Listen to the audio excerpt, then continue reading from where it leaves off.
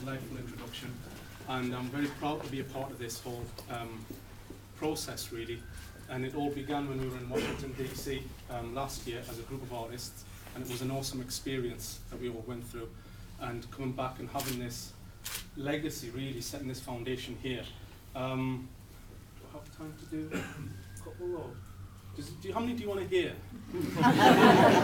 That's all of them, did you say? Oh, well, that's in there's a lot of time. I just want to share this one experience that I had in Washington, D.C. As just to explain the creative process.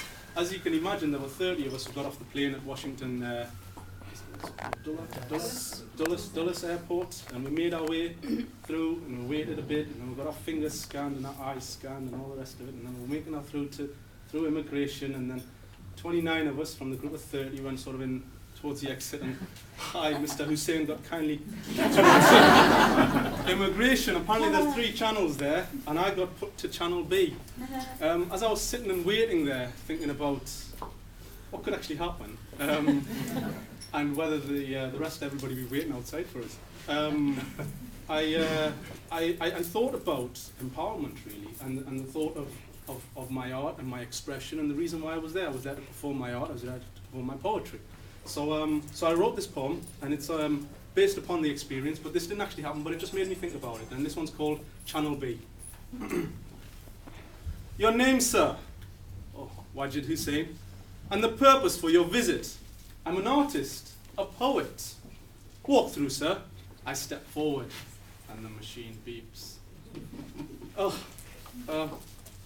Forgot my pen. I'm sorry, sir, you can't take that through. My pen? Your pen. But why? It's a security risk. My pen. My writing tool. My implement of expression. Do you fear that I may write something that frees the minds of the people, that I may come upon a notion that becomes an idea that leads to progression, that some one person may be touched to living a better life, and ripples of goodness may touch other humans? No? No? Then why? It's spring-loaded, and you might use it as a weapon. Ah. You want me to remove the spring? No, sir.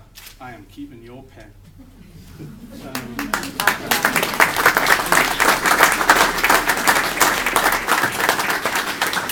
And what is a writer without his pen? What is a writer without his pen? Or her pen?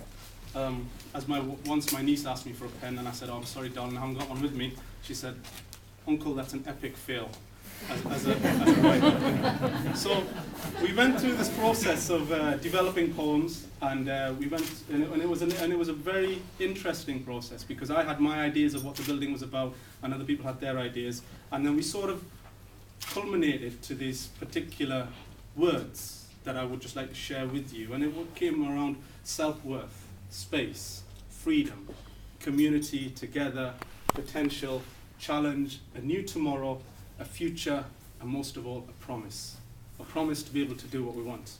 And this poem is called Glass Dreams, and it goes like this. There's no grit stuck in the tread of my shoes as I walk through this building. I know it's come a long way.